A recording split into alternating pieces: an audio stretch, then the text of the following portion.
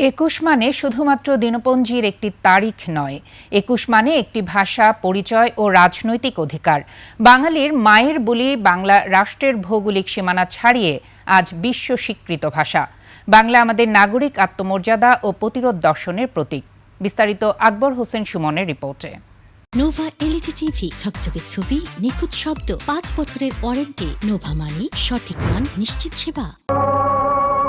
প্রভাত ফেরির পদযাত্রা শহীদ মিনারের পাদদেশ ছুঁয়েছে তখন সেই মিছিলের সারি ছুঁয়েছে পলাশী। শহীদ বেদিতে শ্রদ্ধার্ঘ্য নিবেদনের এই আবহ বিশ্বে বিরল। সাংস্কৃতিক বঞ্চনা থেকে ৫২তে যে গণচেতনার উত্থান, সেখানে ভাষা হয়ে ওঠে জাতিগত পরিচয়ের কেন্দ্রীয় অক্ষ। বিশ্বে এমন কোনো জাতি তো নেই যে বাংলা ভাষার জন্য প্রাণ দিয়েছে।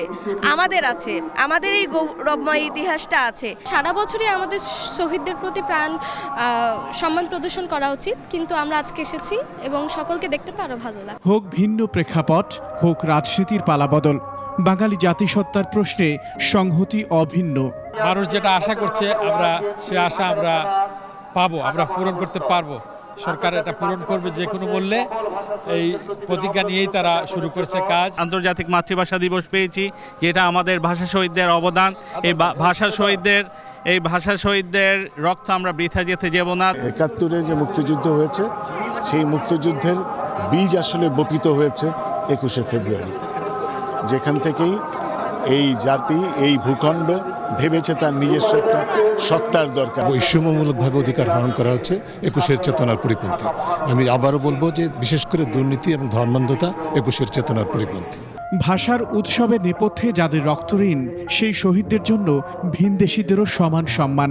To be here to see your country finally preserve your own language, right? Yeah, so big congratulations.